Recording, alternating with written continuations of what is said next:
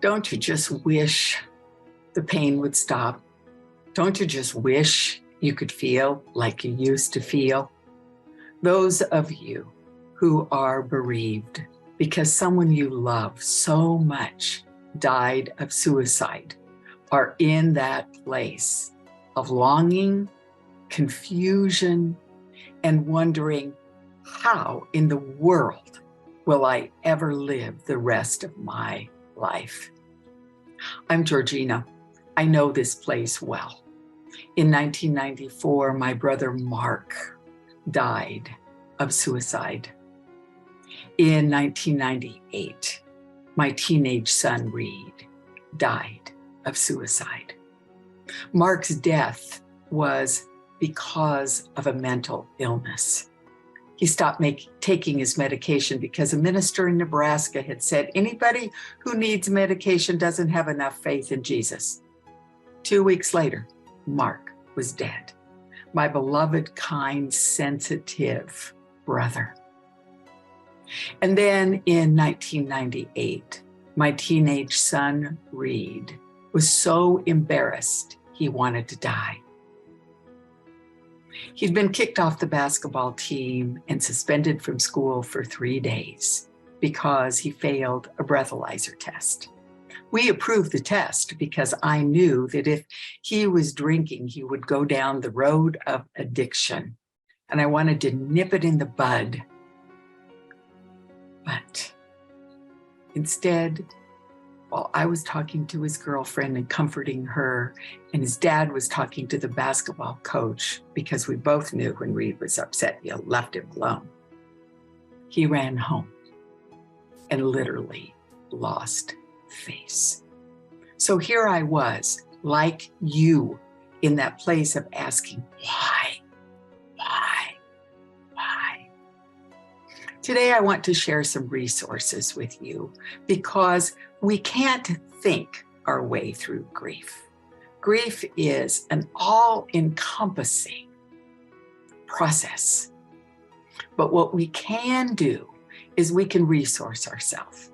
So today, I want to share 5 resources with you that I have found very useful for those of us who are grieving because someone has died of suicide. So the first one is a classic, and it's Carla Fine's book that was published in November of 1999, No Time to Say Goodbye. It's about her loss of her husband through suicide. This was the first book I ever read. And what I found in this book was someone who was grieving and in confusion and shock as I had been, especially with my son Reed's death, because his was an impulsive death.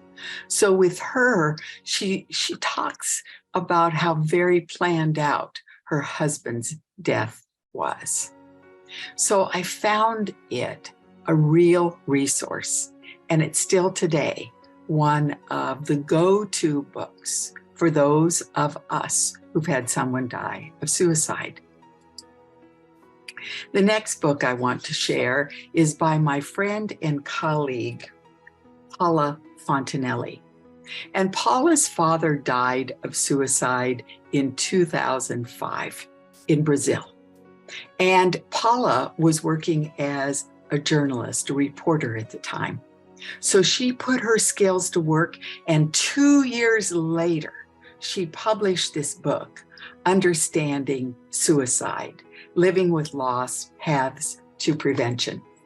Listen to the table of contents and see if some of these chapters might be useful for you at this place and time. The first chapter, after she shares her story, which is very important for all of us to hear, because there's elements in it of similarities and, of course, uniquenesses. So she talks about what is suicide. Chapter 3 is the global panorama, where she talks about global numbers. Chapter 4, risk factors. Chapter 5, warning signs. And we all feel like we missed some of those, although some of us like Reed's impulsive death, never gave any signs, no warning. She also goes into suicide notes, what letters tell us, and what the different types of goodbyes. See, many people don't get a letter, but letters can tell us much. Then she talks about, in chapter 7, it's entitled Those Left Behind, the what if, the sadness, the anger, the fear of a genetic inheritance, the stigma, and how to tell a child that someone really died of suicide. Chapter 8, How to Treat Suicide Grief, and this is her second edition. After her first publication, she came and interviewed therapists in the Portland, Oregon area, and that's how Paula and I met. She came to my office, we talked about our suicide journeys, and then I gave her a Rubenfeld synergy session. It's a talk-touch kind of therapy because we know grief lives in the body. And that's how we became colleagues, exploring how people can be supported to move through their grief and not imprisoned by it. The third book I'd like to share is my own, A New Morning, Discovering the Gifts in Grief. It's my story of moving through and beyond grief. And you say gifts? How can there be gifts in grief? Oh, we've heard many times people talking about the gift of their disease and how they were transformed by it. It's not a novel concept anymore. This book was printed in 2015.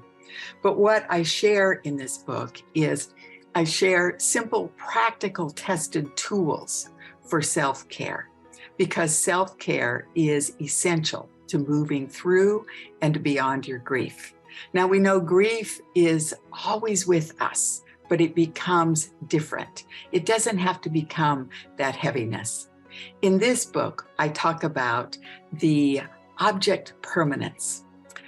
It is a concept by Swiss psychologist Piaget. And I learned about it in my training as a speech-language pathologist. When the ball rolls behind the couch, ta-da, and the child no longer can see the ball, they learn that it's still there. I got an email from a former client the other day who said, I was at the beach taking pictures of the beautiful water and the light in the sky and the clouds. And suddenly the clouds covered the sun. And I said out loud, oh, the sun is gone.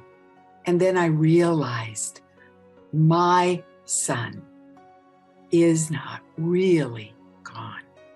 The clouds of death have covered our current relationship, but he's still there. And I shouted with joy as I read that email, because that's the truth. For each of us to get to the awareness that, no, they're not here physically. We want them here physically. However, they're still here. And it is our journey, our job, our experience to connect with them in a new way. The next two books are very recent, and you may learn more about them by going to my blog. And it's with Integrated Wellbeing Institute, which is the name of my company. This book, Understanding Suicide's Allure, was written by Stanley Krippner and his colleagues. And I'm going to quote some information that I shared in the blog, because what they did is they discovered that there is an evolutionary perspective that can explain suicide. And because they wondered why, after millions of years of evolution and the development of adaptive traits to produce human beings, do some people end their lives prematurely? And their questions resulted in over 50 chapters in their book. They discuss the field of suicidology, which covers a number of issues. And they focused on three main groups in this book. For those who were combat veterans, those sexually accosted, and those who had been bullied. As Dr. Krippner notes, as far as I know, this is the only mainstream suicide text that discusses life after death. Remember how I was just talking about a new connection moments ago? It is also the only book that devotes 2 chapters to the use of psychedelic-assisted psychotherapy to work with depressed and suicide-prone patients. There were many, many findings in this book. The authors use the word allure to describe those who find the idea of killing themselves compelling. Allure is tempting, enticing, and even irresistible. And for some people in unbearable pain, suicide's allure can be all 3. So in this book, every single chapter has in it end notes. And these end notes allow a person to quickly get the overview and then skim the chapter and take through it, what they wish. And then the last book I wish to share with you is also a recent book, and it's entitled When It Is Darkest. And its author, Rory O'Connor, talks about, again, many research factors, and he is a person who has been studying suicide his entire career. In this book, we all know awareness is the first key to change. And this book provides information on factors leading to suicide, because there are many factors and they are complex. 4 statements to share with those in emotional pain, so they know that they are not alone. And suicide is not a gift they're giving you. Many people think, oh, they'd be better off without me. Not true. This book tells you more. This book also shares new discoveries about perfectionism and suicide risk. Both Mark and Reed were perfectionists. And finally, some strategies to companion those bereaved by suicide. It's really, really interesting because he shares so much. And I want to share 2 aspects of the book that are attributed to others. Mark Williams, an Oxford clinical psychologist and pioneer in mindfulness research, examined the suicidal mind extensively. And William reframes suicide as a cry of pain rather than a cry for help.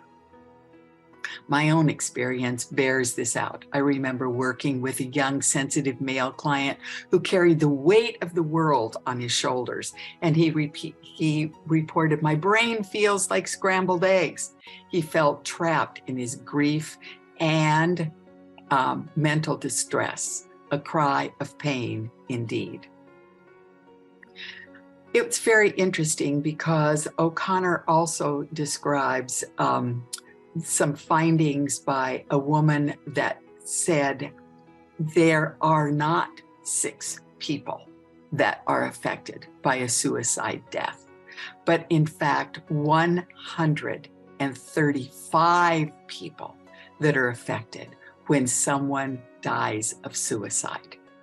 So I hope these 5 resources will be a support for you. I created my book to be a quick read. And if you are someone watching this looking for resources, this is a book that you can send when you don't know what to say.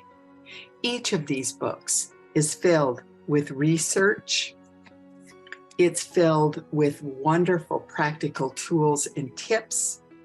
And Paula has an amazing website that you can go to entitled Understanding Suicide, and she has a podcast as well. So remember, in this time and in this place of great, great pain, longing, loss, disconnection, separation, you truly are not alone. It's very interesting to me because every single one of us on the planet experiences loss. Loss is a natural part of life, and grief that follows it is a universal consequence of loss. So even though you are in this place of horrific pain and disconnection, know it is part of the human condition, because pain is inevitable, but suffering is optional. So please, please be supported in this time. I hope these resources help you as much as they have supported me to move through and beyond my deep grief, to live in gentle grief. I'm Georgena, and I am grateful to you for your time and energy, because grief lives in the body and it saps our energy.